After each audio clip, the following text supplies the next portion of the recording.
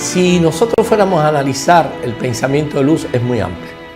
Tiene escritos filosóficos muy importantes y otros de carácter científico, porque era un científico muy importante. Incluso organizaciones internacionales de Inglaterra y Francia quisieron hacerlos miembros de sus academias por la sabiduría y además cualidades que revestían esta personalidad, yo diría, importante en la historia del pensamiento cubano.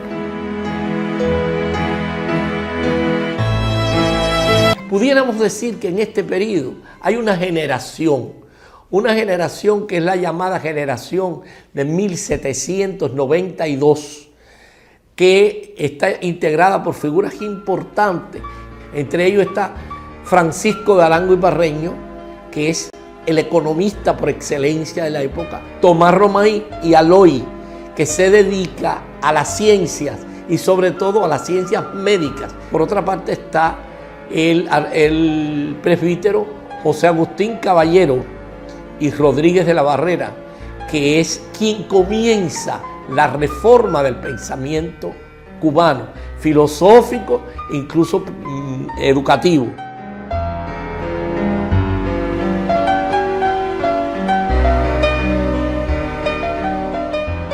El periodo de 1808 a 1838 se conquista, se construye una filosofía cubana, verdaderamente cubana, con un sentido de cubanía.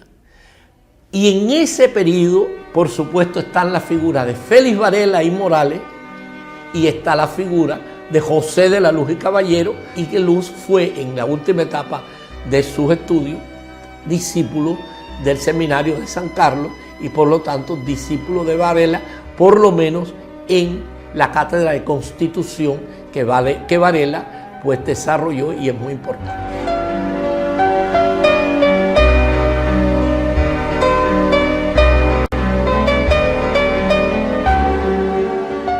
Que era un famoso instituto politécnico para las capas medias y pobres de la población y tenía junto una escuela normal. En Luz está muy claro y hay una sentencia del que dice: ni en la sustancia ni en el modo se puede establecer un plan de estudios para Cuba como se establecería para Berlín o para Londres. Quiere decir que Cuba, independientemente de que se beban de esas teorías que venían de Francia o venían de Alemania, no podía copiarlas mecánicamente. Y esa es una alerta que está desde la época de Luz y Caballero.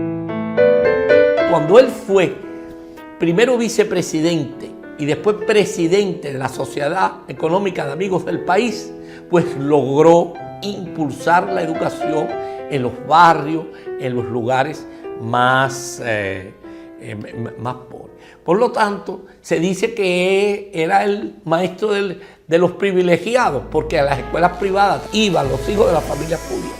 Pero no vamos a pensar que los hijos de las familias pudientes no eran los que representaban el posible progreso social en aquel momento histórico, empezando por ahí. Y en segundo lugar, hay que ver las tesis de Martí, donde Martí dice qué derecho hay para que digamos que el pobre se eduque y no se eduque también el rico. O sea, que el concepto de pueblo de Martí nace aquí en estas ideas de Luz.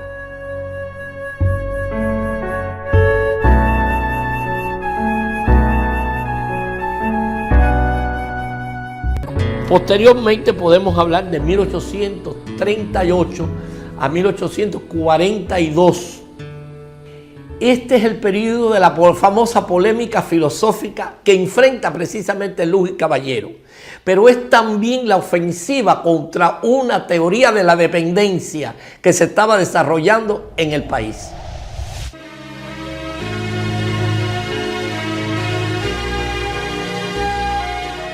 Luz lo abandonó todo por el concepto de educación, por considerar que la educación era la vía que tenía la sociedad y la cultura de poner al hombre a la altura de su tiempo.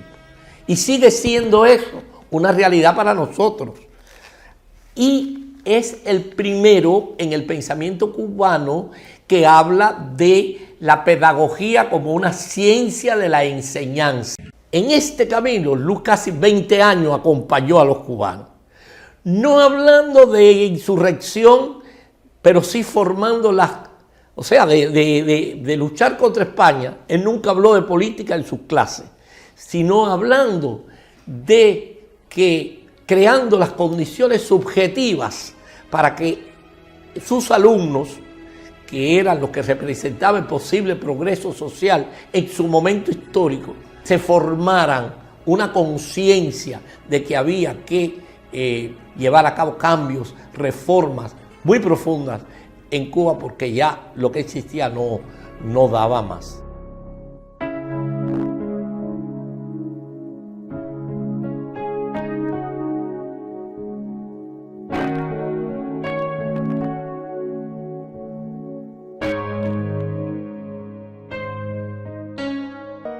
Luz trabajó y habló de la ciencia de la enseñanza y le llamaba pedagogía. Y esto es muy importante, que se inicia ahí este camino. Luz sabe que toda la sociedad educa y él lo intenta por diferentes maneras, pero la sociedad estaba muy contaminada y él se centra en la escuela como una vía para lograr que esas nuevas generaciones se formen esa conciencia y la formen de una manera correcta. O sea, la escuela como institución social, educativa o educadora es en Luz algo muy evidente. Luz es uno de los primeros que nos enseña a trazar los objetivos de la enseñanza. Algo que él intentó siempre, crear un sistema para la formación de maestros primarios, que él insiste cómo se debe crear un sistema para formar maestros primarios que uniformen la educación en todo el país, decía él. Pero uniformarla no es que todo el mundo diga lo mismo y haga lo mismo, porque en esto Martí sigue a Luz cuando dice nosotros tenemos que luchar por la unidad de pensamiento, lo que no significa la subordinación de las opiniones, porque no es lo mismo unidad de pensamiento que pensamiento único, que todo el mundo tenga que pensar lo mismo. Eso no está ni en Martí ni en Luz. Yo lo primero que quiero decir, y esto lo digo con un poco así de sentimiento, es que se conoce poco la figura de Luz. La figura de Luz se trata de alguna manera, conocemos algunos de sus aforismos, conocemos algunas de sus frases, pero muchas veces estamos aplicando teorías que se las achacamos a no sé qué autor y a no sé qué otro, pero estaban en el pensamiento de Luz y Caballero. No podemos obviar el pensamiento de Luz y Caballero, que aunque se produjo en la primera mitad del siglo XIX, hay muchas cosas que tuvieron vigencia en el siglo XX y siguieron teniendo vigencia en la actualidad.